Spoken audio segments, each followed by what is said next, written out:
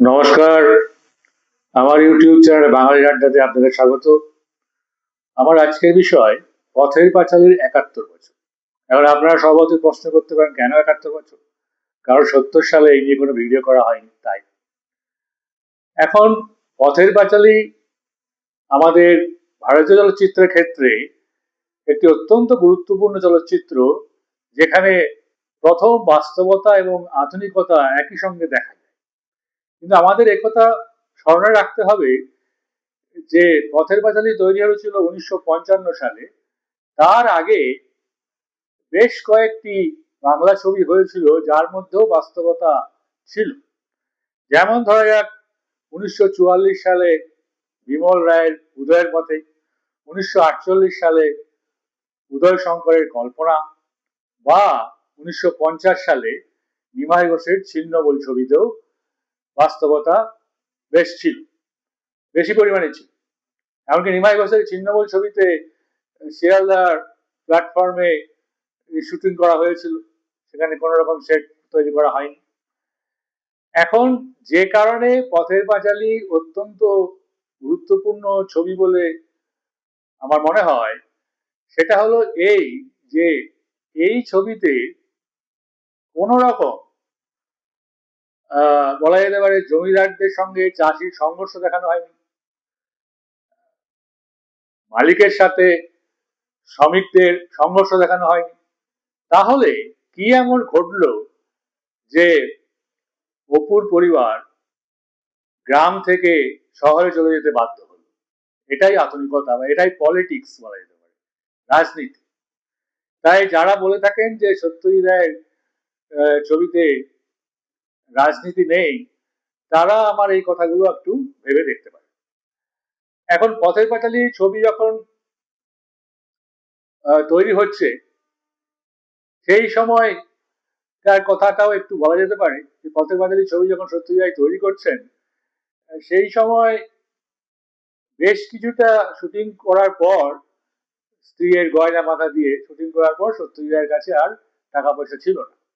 তখন কেউ একজন বলেন যে পথের পাঁচালী ছবির জন্য তুমি রাজ্য সরকারের মুখ্যমন্ত্রী তখন বিধান রায়ের কাছে সঙ্গে দেখা করতে পারো। তো বিধান রায়ের কাছে তিনি গিয়েছিলেন দেখা করতে। অনেকবার বিধান রায়ের অবাঙালি সেক্রেটারি তাকে ঢুকতে দেয়নি। বেশ কয়েকবার পরে যখন তিনি বিধান রায়ের দেখা পেলেন, তখন সত্যজিৎ রায়কে বিধান রায় জিজ্ঞেস করলেন, আচ্ছা তুমি কি নিয়ে ছবি করছো? তুমি ছবি করছো? হ্যাঁ, পথের পাঁচালী বিভূতিভূষণের উপন্যাস নিয়ে আমি ছবি করছি। তখন তিনি তাকে বলেছিলেন যে তুমি উপেন্দ্র কিশোরের নাতি সুকুমার রায়ের ছেলে, তুমি সিনেমা করছো?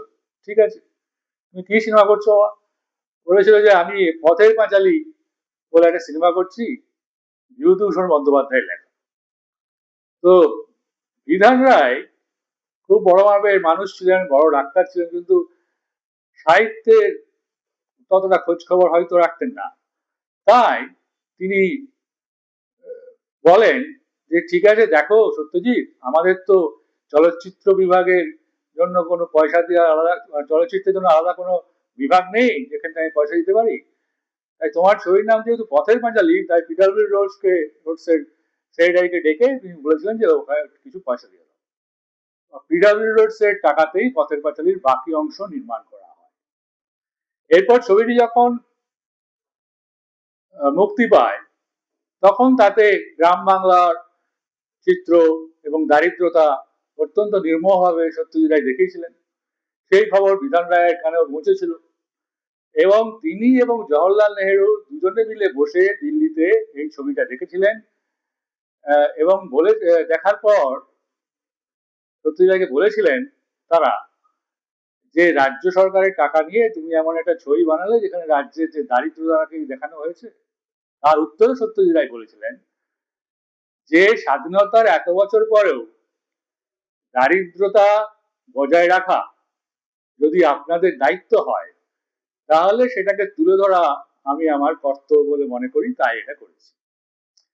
এখন এই পথের পাঁচালী ছবি যখন তৈরি হয়, রিলিজ হয়, তখন যে সঙ্গে সঙ্গেই এই ছবি দর্শক সাধারণের কাছে অত্যন্ত জনপ্রিয় হয়ে যায় তা তো নয়, কারণ এই ছবিতে সেই অর্থে কোনো বিনোদনের উপকরণ নেই, সেই অর্থে কোনো বিনোদনের উপকরণ, নাচ নেই, গান নেই, ভায়োলেন্স নেই, কিছু নেই। এই প্রসঙ্গে আমার একটু কথা মনে পড়ছে, গান নেই এই কথাটা বলার জন্য মনে পড়ছে যে প্রখ্যাত সাহিত্যিক কমল কুমার মজুমদারকে একজন প্রশ্ন করেছিলেন যে বাংলা ছবিতে, আমাদের বাংলা ছবিতে এত গান কেন? তিনি তার উত্তরে বলেছিলেন যে দেখো, বাঙালির হলেও গান, মরলেও গান, মানে হওয়ার সময়তেও গান বাজে, মরার সময়তেও গান বাজে, বলো হরি হরি বল গানের সুরে সুরে গায়ে নিয়ে চলে যায়। মাঝে যেটুকু সময় থাকে জীবনের, সেটুকু সময় হয়তো দেখা যাচ্ছে যে বড় মেয়ে বাথরুমে গান করছে, ছোট মেয়ে গান করতে করতে নেমে আসছে, দুধওয়ালা হয়তো গান করতে করতে দুধ দিয়ে চলে গেল। তাই আমাদের বাংলা ছবিতে গান বেশি থাকবে এতে আশ্চর্য হওয়ার কিছু নেই। এখন এই ছবি যখন রিলিজ করলো, প্রথম প্রথম চলছিল না, তখন সত্যজিৎ রায়ের বন্ধু চিদানন্দ দাশগুপ্ত এই পথের পাঁচালীর একটা রিভিউ লেখেন এবং তারপরে দর্শক আসতে শুরু করে। এছাড়া তরুণ মজুমদার, তিনি তখন ছবি করছেন না, কিন্তু ছবি দেখছেন প্রচুর। তিনি একদিন ছবি দেখে আসার পর বন্ধু বান্ধবদের নিয়ে একটা মিছিল বার করেন, হ্যাঁ, যে এই পথের পাঁচালীর মতো এরকম পথের পাঁচালী ছবি দেখা আমাদের কর্তব্য। আমার মনে হয় পৃথিবীর ইতিহাসে এরকম ঘটনা ঘটেনি যে একটা ছবি দেখার জন্য বেশ কয়েকজন সিনেমা পাগল মানুষ মিছিল করছে। সেটা পথের পাঁচালীর ক্ষেত্রে কিন্তু ঘটেছে। এখন পথের পাঁচালী ছবিতে বাস্তবতা দেখানো হয়েছিল এবং সত্যজিৎ রায় নিজে বলেছেন যে তিনি নিওরিজম ফিল্ম মুভমেন্ট থেকে প্রভাবিত হননি। এই কথাটাকে আমার খুব একটা সঠিক বলে মনে হয়নি। কেননা তিনি এই ছবি করার আগে নিওরিজমের অত্যন্ত গুরুত্বপূর্ণ একটি ছবি বাইসাইকেল থিভস অনেকবার দেখেছিলেন। সত্যজিৎ রায়ের একটা ছবি অনেকবার দেখার কি মানে দাঁড়ায় সেটা আপনারাই বুঝতে পারবেন।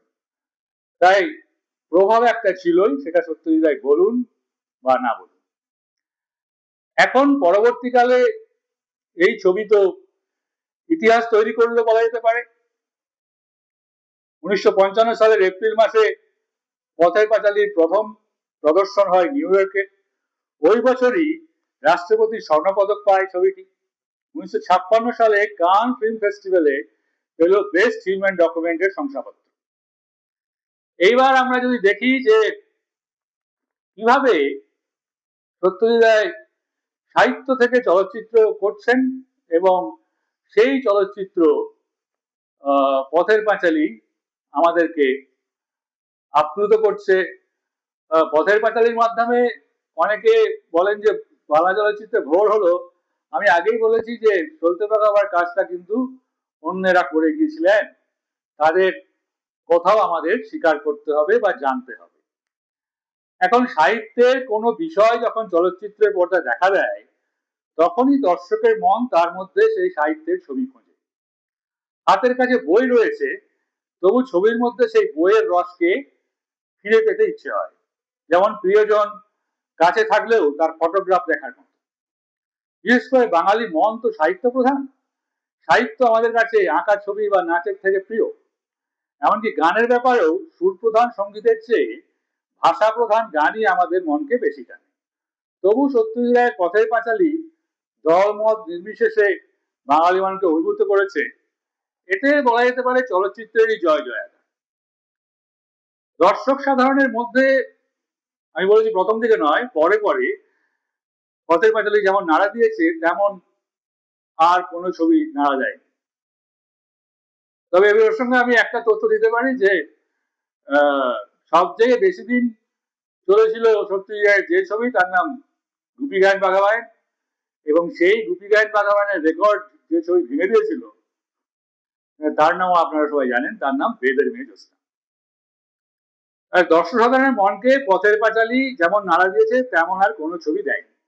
কেননা সুন্দর অসুন্দরের এই টানাপোড়েনের ফলে জীবনের বাস্তব রূপ স্পষ্ট হয়ে ওঠে, সুন্দরকে আরো সুন্দর লাগে, জন্মের আনন্দ মনে দোলা দেয়। পোড়া ভিটে আর ভাঙা দরজার মাঝখানে ইন্দির ঠাকুরের একটি গাল ভরা হাসি সমস্ত মানুষকে মুহূর্তে আপনার করে নেয়।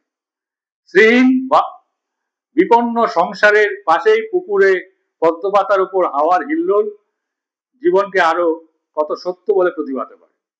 সর্বজয়ার সংসার যখন ভেঙে পড়ছে তখন দুর্গার বৃষ্টি ভেজার অকারণ আনন্দ। এই যে বাইনারি অপোজিশন, হ্যাঁ, একটা ঘটনার সঙ্গে আরেকটা অন্য ঘটনার সংযোগ, এই বাইনারি অপোজিশনের মাধ্যমেই কিন্তু ন্যারেটিভ এগিয়ে যায়, এটুকু আমাদের মানতে হবে, এটুকু আমাদের জানতে হবে। এছাড়া